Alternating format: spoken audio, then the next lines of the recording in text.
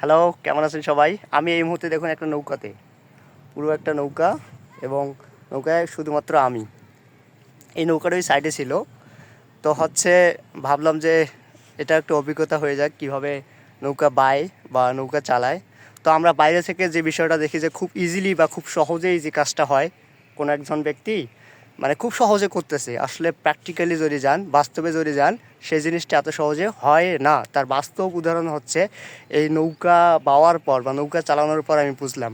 বাড়ি থেকে খুব সহজে মনে হয় যে খুব সহজেই চলে যাচ্ছে, কিন্তু এটা যে একটা অভিজ্ঞতার খেলা, দীর্ঘদিনের এক্সপিরিয়েন্সের খেলা, এবং এটার জন্য প্রচুর শক্তি এবং কৌশলের প্রয়োজন, সেটা আমার আগে জানা ছিল না। আজকে বাস্তবে যখন এই নৌকায় আমি উঠলাম, ঠিক আছে, নৌকাটা ওই দিক থেকে শুরু করে এই দিক পর্যন্ত নিয়ে আসলাম, মাঝখানে গেছিলাম, বাতাসের স্রোতে আবার আমাকে কিনারে নিয়ে আসতেছে।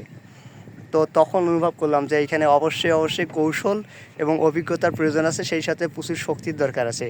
আসলে আমরা বাইরে থেকে যেটা দেখি যে খুব সহজে হচ্ছে, ওই জিনিসটা খুব সহজে হয় না, তার ভিতরে অনেক কিছু থাকে।